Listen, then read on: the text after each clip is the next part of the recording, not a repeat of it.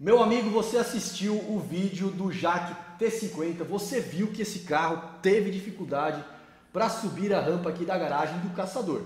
Você viu, né? Você deve ter comentado lá. O que você achou? O que é que eu tinha que ter feito de diferente para subir a rampa da garagem do Caçador com o Jaque T50? Eu estou aqui com o meu xará, Felipe Hoffman. Tudo bom? Tudo bem? Certinho? Esse cara aqui, ele é engenheiro mecânico automobilístico. Ele tem a resposta teórica para isso. Gentilmente ele veio aqui na garagem para a gente poder explicar para você por que o Jaque não subiu a rampa. Quer se apresentar? Fala um pouco aí de você. Bom, eu sou engenheiro mecânico automobilístico, como ele mencionou, tenho mestrado na área de motores e mais relacionado ao arrefecimento e dinâmica longitudinal do carro. Fui engenheiro de motores da Volkswagen aqui do Brasil, também trabalhei um tempinho na Ford aqui do Brasil e um bom tempo na Ford Austrália como engenheiro de performance, justamente onde a gente testava não só a questão de testar, mas dimensionar, fazer toda a análise, todos os cálculos e depois, obviamente, testar os carros em pista, justamente na área tanto de desempenho como principalmente essa parte de subida em rampa, capacidade do carro subir ou não uma rampa. Então, quando eu vi o vídeo que o carro não subia, eu falei, opa, não subiu por causa disso.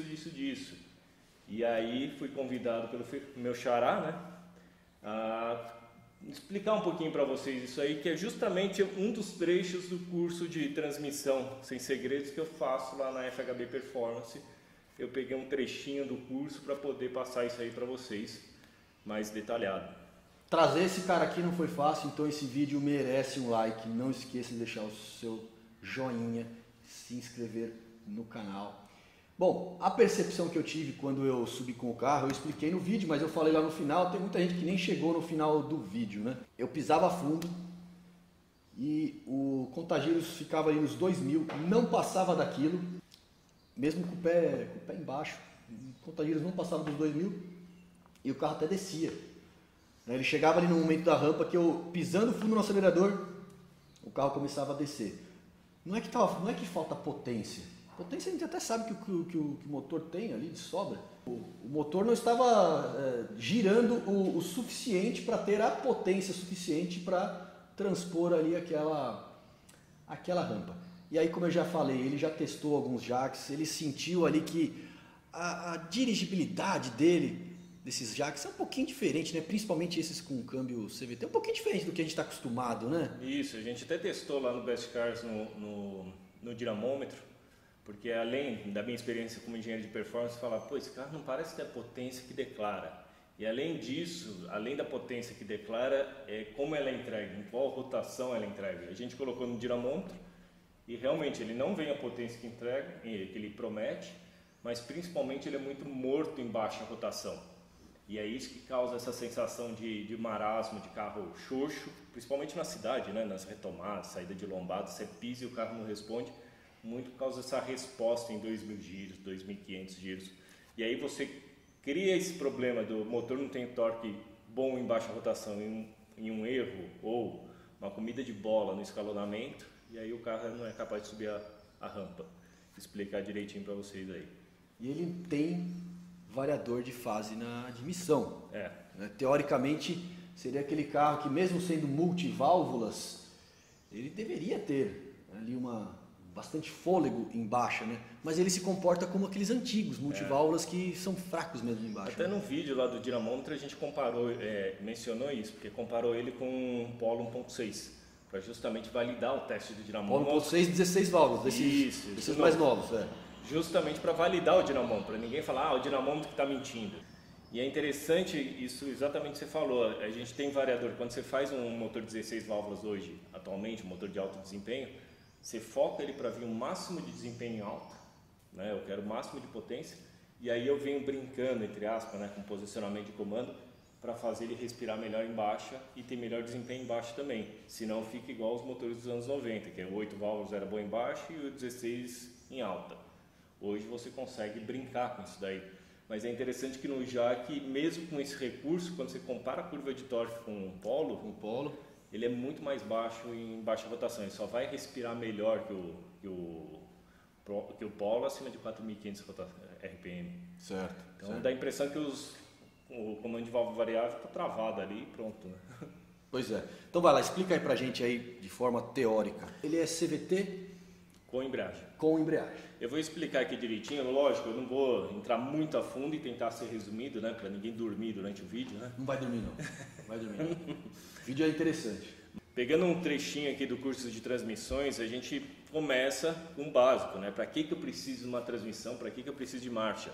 Afinal, às vezes eu preciso de uma força elevadíssima e muitas vezes eu preciso de uma velocidade elevada. Então, como que eu consigo casar isso daí?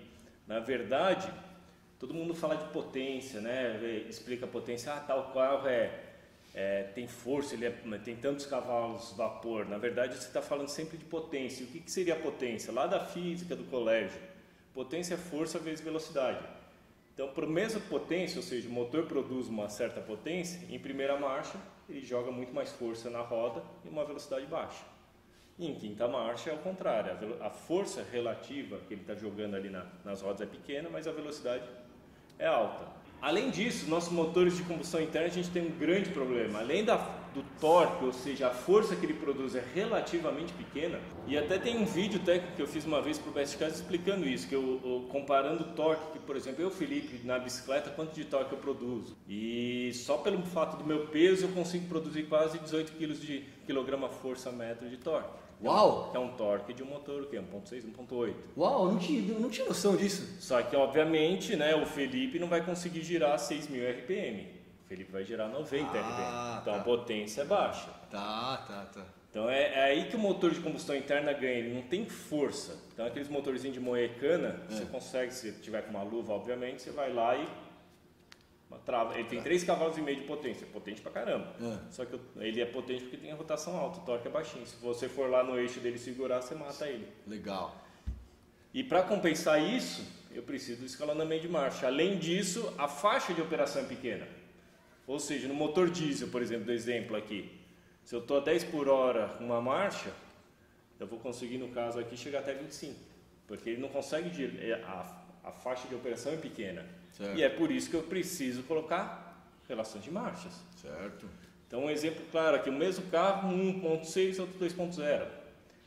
Eu faço o quê? Primeira marcha, essa região aqui são os graus de primeira marcha, o vermelhinho para 1.6 e o outro para 2.0. Certo. Como 1.6 é menos potente, eu faço uma relação de marcha mais curtinha. Certo. E, em consequência, eu mantenho a mesma força entregue no solo que o 2.0. Só que eu não consigo atingir a mesma velocidade. Certo. Mas aquele pulo inicial de saída de farol, ele igual. é igual. Certo. E a capacidade de subir a rampa também é igual. Também igual. E aqui a gente tem uns percentuais do que seria capaz de subir uma rampa. Então, um exemplo aqui, ó, Legal. em torno de 50%. Uhum. Isso com o carro embalado, né? Carro andando. Se eu vou passando as marchas, então tem primeira, segunda e assim sucessivamente, onde é 0% que seria no plano, eu consigo determinar, achar onde seria a velocidade máxima. Então, 1.6, 170 e o 2.0, 180. Tá, legal. Quando a gente dimensiona o carro para subir uma rampa, a gente tem um grande problema. Na verdade, vocês conseguem ver aqui e falar, pô, 50% é coisa pra caramba, é uma inclinação muito maior que essa, é maior que a tua rampa aqui. Uhum. Só que isso em velocidade constante, a força que o motor está conseguindo jogar no solo. O maior problema quando eu tenho carros com embreagem, pode ser tanto carro manual quanto no caso do Jaque, que é embreagem acionando CVT, é eu partir na rampa sem queimar a embreagem. E isso com o carro totalmente carregado. Então, dentro da indústria, a gente costuma ter cada fabricante tem a sua, mas em torno de 30% de inclinação. O que seria um 30% de inclinação? Na aviação, o Lito deve ter já falado nos vídeos dele, né?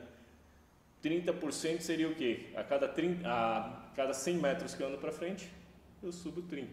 Tá. Então, no caso, 30% dá mais ou menos, regrinha aí do dedão, quase 17 graus de ângulo. Tá. Eu medi a tua rampa, deu 21. Tá. Então ele já é até maior. Sim. Do que o seria homologado. Tá. Então o grande problema é que quando você tem a embreagem, você tem que partir nesses 30% e obviamente com o carro, a gente homologa com o carro totalmente carregado. Ele tem força geralmente maior, aquela aceleração que você tem na saída de farol, aquilo te prova, então a gente consegue fazer uma correlação com aquela aceleração com inclinação. Então se fala, por exemplo, ele tem meio G de aceleração, que é mais ou menos o que um carro com tração dianteira consegue dar quando ele começa a patinar. Esse meio G se converte mais ou menos 50% de capacidade de rampa. Tá. Então a maioria dos carros sai patinando em primeira marcha. Então ele tem uma capacidade de rampa grande. O maior problema é eu estar parado com o carro carregado e começar a fritar a embreagem para ele sair dali. E aí é no momento que a embreagem pode abrir o bico. No caso, por exemplo, caminhão de lixo já não, ele já é bem dimensionado a embreagem para ele suportar essas cargas, né? É por isso que a Jaque limitou ali a rotação em 2.000 RPM. Numa situação como essa, a central eletrônica entende que é bom segurar ali para não fritar a embreagem. O grande problema quando a gente dimensiona esses 30%, lógico, é um carro carregado e tudo mais, você faz o cálculo matemático da tipo 31, 32, que é um cálculo muito complicado, porque tem a questão da temperatura que a embreagem aguenta. Aí você solta num piloto treinado, um engenheiro de teste, etc., ele consegue partir. Aí você solta esse mesmo carro na mão do leigo e às vezes ele frita a embreagem, porque tem muito como dosar a embreagem. Então se eu colocar 5.000 RPM e vir soltando devagar, vai fritar a embreagem antes de partir. Certo. Vai vir aquele cheirão, fumaceira, e o carro não vai sair do lugar. No caso do Jaque, obviamente, se ele deixa o giro subir muito, vai patinar tanto a embreagem que pode superaquecer. O principal dele não é nem questão do acoplamento da embreagem. Vem mais giro, estaria numa faixa de torque maior, ele subiria. Mas na verdade o que seria a primeira marcha da CVT deveria ser um pouquinho mais reduzida. Então simplesmente subir o giro do motor não ia resolver? Pode até ser que resolva, porque você tem mais, naquele motor que a gente ensaiou, né, ele tem mais torque em 4.000 RPM, talvez. Que o que importa no final, o torque vai ser transmitido em força. Tá. Então se eu tenho uma rotação que tem um torque maior, vai transmitir mais força. Então no caso desse motor do Jaque, a gente ensaiou até, né, que ele tem muito menos torque em 2.000 RPM do que 4. Então teoricamente, o que seria? O torque vai se refletir em força na roda. Então se ele estivesse perto dos 4, 4,5, onde ele atinge o pico, ele conseguiria jogar mais força no solo, nas rodas, e talvez subiria. Tá. Mas aí eles devem ter um compromisso com a embreagem que acopla, onde a ligação entre o motor e a CVT é uma embreagem no caso deles. Tá. Talvez se puxasse 4.000, 4.500, se a central fizesse isso, ela fritaria a embreagem.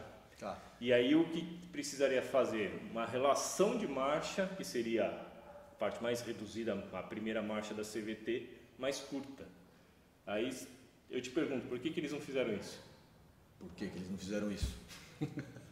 O grande problema da CVT, a CVT na verdade é a melhor transmissão que você pode ter para um carro. Verdade. Centrão vocês sabem que tem CVT, né? É a melhor, não, é o sistema mais eficiente tanto para consumo quanto para desempenho. Só que ele tem um senão. O leque de variação que ela tem é pequena perto de uma relação de marchas por engrenagem. Então, a grosso modo, só para entenderem, é como se eu tivesse, em vez de eu ter, que nem carro que tem 6 marchas manual, eu em vez de ter da primeira à sexta, é como se eu tivesse da segunda à quinta. Eu tenho um leque menor. Tá, entendi aqui o gráfico, beleza. E aí qual que é o compromisso? Ou eu faço ela mais todo o sistema, aí eu compenso no diferencial para ser mais reduzida, e ter uma boa capacidade de rampa, só que aí na estrada eu vou estar com o motor em alto giro. Aqui nesse meio entre os dois limites, ela é o mais eficiente possível, porque ela sempre está na condição mais ideal, mas o limite dela é muito baixo. Tá. Ou eu faço o contrário, eu deixo o que seria a primeira marcha bem longa, tenho mais dificuldade de subir em rampa, mas em estrada eu não trabalho com rotação tão alta.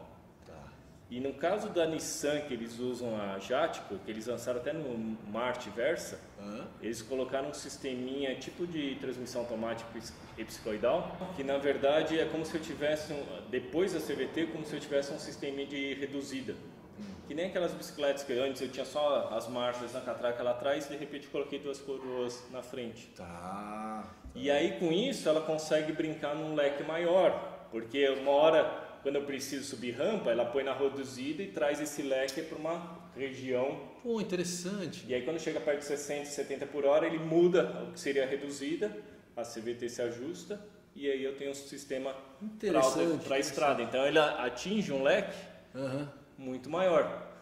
Únicos carros eu tenho que pesquisar, teria que pesquisar porque é difícil achar essa informação. Eu sei que o O Marte e o Versa automática, eles têm isso. Consequentemente o Kicks também, né? O Kicks também tem esse sistema.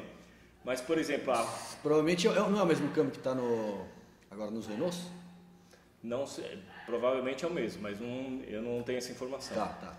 Mas, por exemplo, já o Honda Civic, o Honda HR-V, etc., eles não têm esse sistema. Tá. Mas eles não têm nenhuma dificuldade de subida em rampa. Por quê? Conversor de torque. É isso? Sim, exatamente, conversor de torque. Por quê? Em vez de eu ter uma embreagem, a embreagem faz um acoplamento, né, vai patinando e chega uma hora que acopla e sai. Ela não consegue multiplicar o torque. Já o conversor de torque, em relação à embreagem, ele converte torque. Então, quando ele está patinando, ele não converte potência, ele converte torque. O torque separa, né, na sua cabeça. Torque seria a força que está chegando ali no solo. Então, quando ele está patinando, por exemplo, você vai sair com o seu carro numa ladeira, ou mesmo no farol, que ele fica aquele patinando constante, ele multiplica o torque do motor que está chegando na transmissão. Não vou explicar em detalhes o funcionamento, que seria outro vídeo, né? Mas quando minhas rodas estão paradas e o meu motor está girando, eu tenho uma relação saída-entrada de zero, meu conversor de torque chega a multiplicar, a maioria dos conversores de torque chega a multiplicar 2 vezes o torque. Então a força que vai chegar na transmissão e depois para as rodas é 2 vezes do que o motor conseguiria produzir. Por isso que o pessoal, principalmente americano, que sempre teve carro automático, adora isso e não gosta de carro com dupla embreagem. Porque a embreagem não dá esse efeito. Questão que o conversor de torque dá. Então você pega, por exemplo, o Honda Civic que eu testei, ele é CVT com conversor de torque. Quando você seleciona a primeira marcha, ou seja, a parte mais reduzida da transmissão, aquela primeira marcha vai até 81 por hora, 82 por hora. É como se fosse uma segunda. Mas por que ele não tem dificuldade de subir uma rampa? Porque quando ele está patinando, o conversor compensa.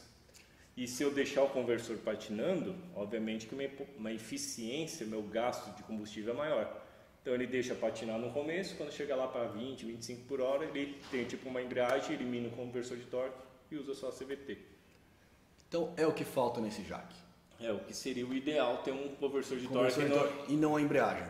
Não a embreagem. Ou, como a gente mostrou, um sistema que nem tem nos Nissans, que eu poderia ter uma reduzida para reduzir mais nessa situação. Mas esse tipo de reduzida também pode ser feito mesmo tendo embreagem. Mesmo tendo embreagem. Tá. No caso dos Nissans, ainda tem conversor de torque, mais isso daí. Mais reduzido, tá. Mas daria para ser só embreagem, essa reduzida é na saída da transmissão. É o mesmo sisteminha, um pouquinho mais complexo, que faz o sistema de marcha ré na CVT. E aí a gente pensa, então vamos ensinar lá o pessoal da JAC. Com certeza eles sabem disso, né? Os engenheiros que estão lá sabem disso. Aí foi um critério que eles adotaram, eles escolheram colocar a embreagem. Agora, por que escolheram então colocar essa embreagem? Você tem exemplo de algum outro câmbio automático que usa a embreagem? Com CVT, aqueles primeiros Honda Fit. Honda Fit a embreagem. Aquele primeira geração. Sei. Tanto que tinha muita reclamação da saída xoxa dele. Preciso trazer um Honda Fit de primeira geração aqui. É. Será que ele vai ter dificuldade? Eu acho que não. Minha mãe tem um, eu acho que subiria. Subiria numa boa. E a partida, tá ali parado na rampa e sair com ele, sofreria um pouquinho, mas sairia. Tá. Eu acredito que sim. Tá, legal. Mas uma das grandes reclamações era isso, que a saída era xoxa. Uhum. Aqui eu tenho até um exemplo de carros que eu trabalhei, só não posso falar quais eram, né? Mas 2 carros testados. Dupla embreagem versus conversor de torque. Versus o automático padrão. Certo. Então assim, um era dupla embreagem, mesmo motor, mesmo carro, mesmo pneu, tudo igual. Tá. Só mudava a transmissão. Com embreagem é aquele negócio, ele não multiplica o torque. Então quando ele sai progressivo, essa linha é vermelha. Isso aqui é aceleração. Já quando eu tenho um conversor de torque, por causa dessa multiplicação, é aquela sensação que o pessoal que tem carro automático gosta, que é aquele pulo de saída de farol. Então, para o mesmo motor, mesmo carro, olha o pico de aceleração que tem. Depois que patinou o conversor, se eliminou o uso dele, ele se iguala. Mas esse pico inicial é o que te garante tanto subida de rampa. Então, por exemplo, a aceleração passou de meio G. Então, ele teria mais de meio G de capacidade de sair de rampa. Eu já não tenho mais dúvida. Mais de 50% de capacidade de rampa, né? Eu não tenho mais dúvida. Se for para eu escolher um carro CVT, vai ser com conversor de torque. Eu não arriscaria, pela experiência que eu tive, eu não arriscaria um carro com CVT e embreagem. E por que eles usariam isso, né? Por que a Jaque usaria? Que provavelmente deve ter sido uma solução mais em conta, mais barata. Tá. O conversor de torque sempre tem aquela recriminação que ele gasta mais combustível, obviamente, se ele ficar patinando, ele gasta, óbvio, né? É elementar, mas os carros atuais, né? Atuais não, já desde a década de 90 tem um sistema low-cap, que dentro dele, junto a ele, tem um sistema de embreagem. E aí quando ele chega a uma determinada velocidade, em vez de eu deixar ele patinando, eu travo. Então a maioria dos carros hoje a partir de 20, 25 por hora, ele trava o conversor. Certo. E fica só trocando as marchas. Tá. No caso se é CVT, trava o conversor e fica só usando as marchas. Então deve ter sido algum parecer técnico nisso, com custo, etc. E de novo, a tua rampa está acima dos 30%. Então é um caso mais atípico. Que nos 30% ele provavelmente partiria. Então vai ver que é isso. Mas aí eu diria, né, a minha rampa está acima. Ok, tenho certeza que foi mal projetada pela pessoa que fez. Mas nós temos cidades, nós temos bairros Sim. que têm rampas talvez similares a essa. Aqui em São Paulo temos Pinheiros com ruas bem íngremes. Imagina uma pessoa que vai estacionar um carro numa rua, vai numa festinha de aniversário, deixa o carro lá em Pinheiros, numa rua bem íngreme, e na hora de ir embora não consegue sair. Eu concordo contigo, você tem que ajustar o que o teu mercado tem, né? E é interessante que na China eles também não têm alguns trabalhos que eu tive que fazer lá para lançar esse carro lá, que era um carro chinês, era justamente isso, eles também não têm esse padrão 30%, às vezes eles têm mais. Então tinha caso do chinês chegar com o carro em casa e não conseguir sair de casa. Então, não sei qual que foi o balanço que a Jaque deve ter feito e falar, deve atender. Quando é carro manual é mais complicado, porque o ciclo europeu, quando você está com transmissão manual, ele determina as velocidades para você trocar a marcha. Então, ele faz com que, ele te obriga a se reter marcha que no dia a dia você passaria. Então, muito fabricante, às vezes come bola, tenta chegar no limite da rampa, justamente para deixar uma primeira marcha mais longa, durante primeira e segunda marcha mais longa, para ficar mais econômico no ciclo padrão. E você falou na Rua de Pinheiros, também tem muito caso que o carro tem super força em primeira marcha, mas a ré não. E aí, dependendo, se o cara entra na garagem, teoricamente ele sabe que eu de frente eu saio, mas um dia ele parou de ré e o carro nunca mais sai. Tem isso também, que alguns fabricantes têm muita diferença entre a primeira e a ré. Olha só, na minha concepção era igual a ré e a primeira, não é em alguns carros? Não. Tem carro que às vezes a ré tem menos capacidade de rampa que a primeira. Já pensou? Você chegou a testar que aí não teria diferença porque era CVT, né? Mas você chegou a tentar sair com a ré no Jaque? Testei sim. Já que eu vi que estava difícil de sair com ele, de subir com ele de frente, pensei comigo que talvez de ré ia dar mais força de tração, né? O peso jogando ali em cima do eixo dianteiro, né? Ia ter mais facilidade. Que nada. Ele parou ali no meio da rampa, começou a subir aquela fumaça, eu acelerando o fundo e sobe aquela fumaça e nada do carro ir para trás. Aí eu tive que, ainda bem que tem espaço aqui na garagem para manobrar. Senão eu ia ter que pedir para um guincho puxar o carro. Exatamente, às vezes acontece. Então, manobrei e saí de frente. E uma coisa que é legal, além dessa sensação de saída de farol, que o pico, né, esse pico de aceleração te dá, então te dá aquela sensação de carro esperto. O leigo vai testar o carro na saída concessionária, ele sai, o carro dá aquele pulo e fala, opa, vou comprar esse carro é esperto. Além disso, só pelo fato de eu ter tido essa aceleração maior no início, me reflete no 0 a 100 do carro. Então, no caso aqui, deu mais de 1 segundo de diferença no tempo de 0 a 100. Boa. Só por causa desse ganho inicial. Boa. E o efeito dessa fumaça, você falou quando tentou sair de ré, é justamente a embreagem fritando, né? Ela se queimando. A outra grande vantagem do conversor de torque, como é um acoplamento hidráulico, não tem risco dele queimar, né? Fritar. Óbvio, se você ficar patinando, o óleo esquenta, esse degrada o óleo e você perde a transmissão da mesma forma. Mas aí, dependendo da aplicação que você tem, você coloca um radiador de óleo e acabou o problema. Então, para reboques, para ônibus articulado, que tem que parar no meio daquela ladeirona com 100 passageiros dentro, é maravilhoso, porque eu não tenho risco de fritar uma embreagem. Estou prevendo que esse conjunto aí de embreagem dos jacks não vai ter uma durabilidade muito boa não. Talvez. Forçando do jeito que... Talvez não. Olha só. E aquilo que você falou, o casamento ideal no mundo das transmissões para motor de combustão interna é o conversor de torque com CVT. O pessoal tem muito preconceito com CVT, aquele giro constante, né? Aquela sensação. Eu tenho até testes aqui de exemplo, por exemplo, Honda City, numa arrancada, você consegue fazer simulação do modo manual, né? Trocando marcha manual, e ele simula marchas na CVT, e o modo CVT que ele mantém rotação constante. Mantendo a rotação constante, você está entregando ao solo a potência máxima o tempo inteiro constante. Ou seja, depois de certo tempo, ele começa a acelerar mais rápido do que se eu estiver ciclando as marchas. Então até em desempenho é maior. Apesar de eu perder tempo simulando marcha, muitos fabricantes, o Toyota faz isso, a Nissan faz isso no Kicks. Durante essa troca de marcha, que a CVT simula a troca, ele também dá uma cortadinha no motor para dar justamente aquela chacoalhadinha de troca de marcha. E isso aí te dá uma sensação que está acelerando mais do que se tivesse constante, e não está. Que eu acho uma bobagem. Também. Eu como engenheiro, eu acho. CVT que simula a marcha, para mim é uma bobagem. Eu acho, mas assim, você tem que atender o que o público quer. E muitas vezes você está perdendo eficiência, você está perdendo em consumo, em desempenho, e mesmo assim é o que o pessoal prefere. Então... CVT do Centrão não tem esse lance de simular a marcha, não. Mesmo os mais novos. Sobre a temperatura, né? Eu tinha dificuldade de sair de manhã com esse carro, o motor estava frio. Era bem no momento que eu ia levar minha filha na escola, motor frio. E muita gente comentou, tem que esperar esquentar o motor. Primeiro que eu achei isso um absurdo.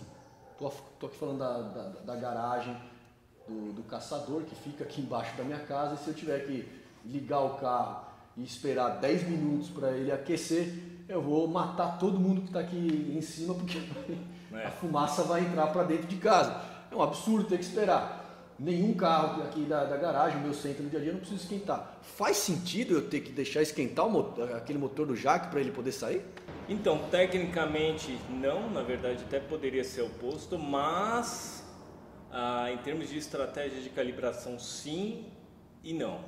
Por que eu estou falando isso? Na verdade, assim, resumidamente, para não entrar no curso de motores, mas quando o motor está quente tem maior chance de bater pin, né, da detonação, e eu não consigo trabalhar com avanço de ignição mais perfeito possível, que me daria o maior torque possível. Eu sou obrigado a atrasar para não bater pin, e eu perco tanto torque e consequentemente eficiência, consumo.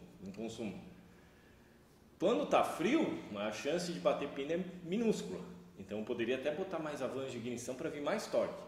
Aqueles motores a peso, os primeiros multiponto injetado, você sente o carro mais esperto quando frio do que quando quente, justamente por isso.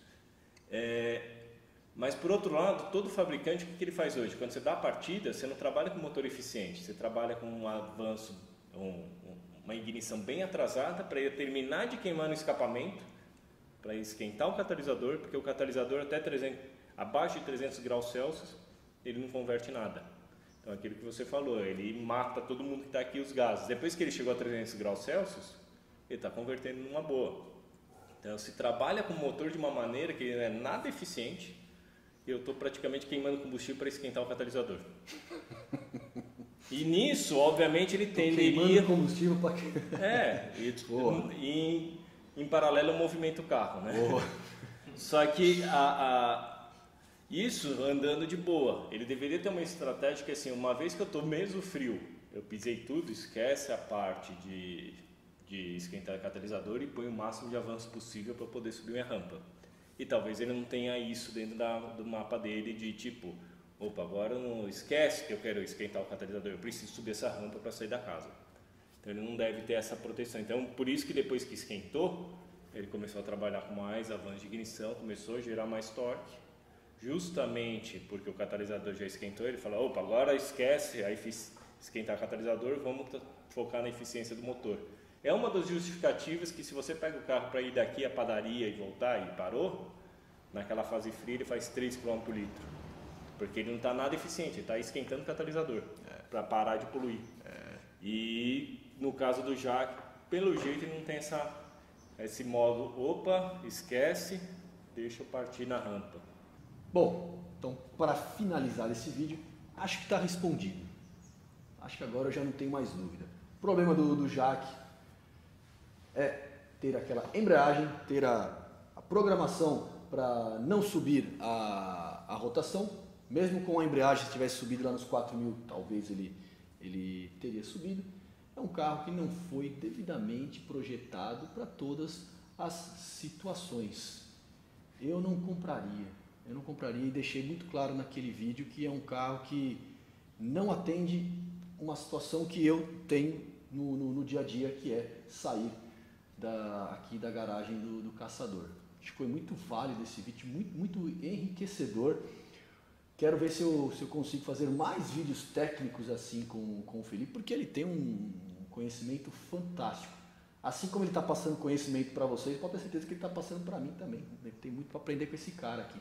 Então, meu amigo, muito obrigado aí pela participação. Ó, não esquece de entrar lá no site dele. Ele tem canal no YouTube, se inscreva lá no canal dele. Tem também, ele faz lá vídeos pro Best Cars. Entra lá no site no YouTube do Best Cars, vai lá, tem uns vídeos técnicos do Felipe Hoffmann.